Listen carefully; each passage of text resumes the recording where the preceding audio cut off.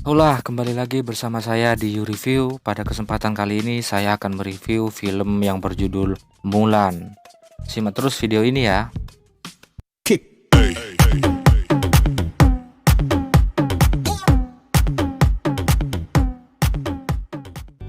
Seperti pendahulunya, Disney ingin membuat film live action dari film animasinya terdahulu. Setelah Aladdin dan Lion King, kini Disney menarget Mulan yang akan tampil pada versi live action. Meskipun kendala pandemi corona membuat film ini ditarik ulur penayangannya, akhirnya Disney menyerah dan mendistribusikan film ini via streaming Disney Plus. Mulan bercerita soal wanita yang memiliki energi Qi yang kuat, sementara kerajaan imperial menyatakan perang dengan kaum Reuron dan menyuruh semua laki-laki untuk terjun ke medan perang. Keluarga Mulan yang tidak mempunyai anak laki-laki, akhirnya ayahnya yang ingin berangkat bertempur. Tapi Mulan tidak mau ayahnya terluka, akhirnya dia mendahului ayahnya untuk berangkat ke medan pertempuran. Jujur, saya berharap Mulan ini bisa mengikuti live action sebelumnya, seperti Aladdin, Lion King, dan lain-lain itu. Tapi ternyata tidak. Untuk film yang mengambil tema kerajaan Tiongkok, rasa-rasanya itu terdengar agak aneh saat film ini berbahasa Inggris. Crush these murderers, Your Majesty. Entahlah kenapa Disney itu harus menuruti fansnya di Amerika Serikat yang kebanyakan itu malas membaca subtitle. Padahal menurut saya menggunakan bahasa Tiongkok itu menambah kesan epik dan original dalam film ini. Sebenarnya saya tidak melihat film Mulan ini itu sebagai film kolosal. Saya tidak melihatnya sebagai film kolosal. Menurut saya pengerjaan filmnya juga masih kalah gila-gilaan dengan animasi live action lainnya ya.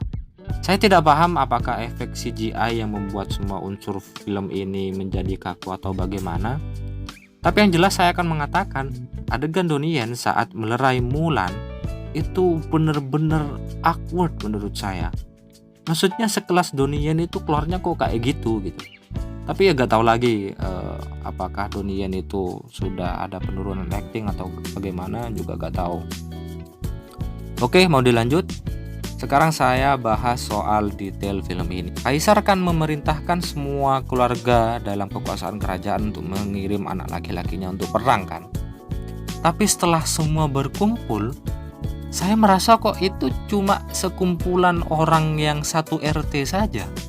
Ini serius. Ini mau perang atau hanya melatih beberapa orang untuk berperang? Kekuasaan kerajaan Imperial Tiongkok itu kan luas. Bahkan Mulan berjalan dari kampung halamannya ke kerajaan itu berhari-hari. Ya masa pas berkumpul itu ya sedikit? Saya tidak paham lagi.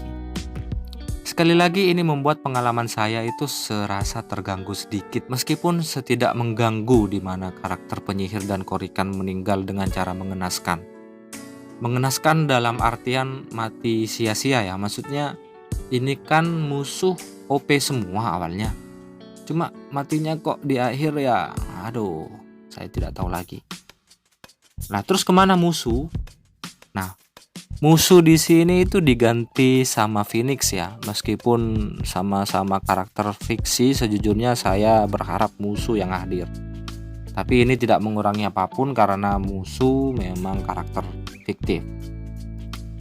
Nah, yang saya lihat dari sisi positif film ini adalah mengangkat isu patriarki yang sangat kental, di mana keinginan wanita itu masih dikungkung oleh budaya patriarki ini. Cukup mengesankan membawa isu sosial ini, dan saya cukup puas dengan apa yang dilakukan Disney terhadap film Mulan ini. Meskipun saya agak kecewa dengan film live action kali ini, karena saya merasa Disney itu melewatkan beberapa hal yang sangat penting, sehingga membuat petualangan saya menonton film Mulan ini serasa agak terganggu sedikit.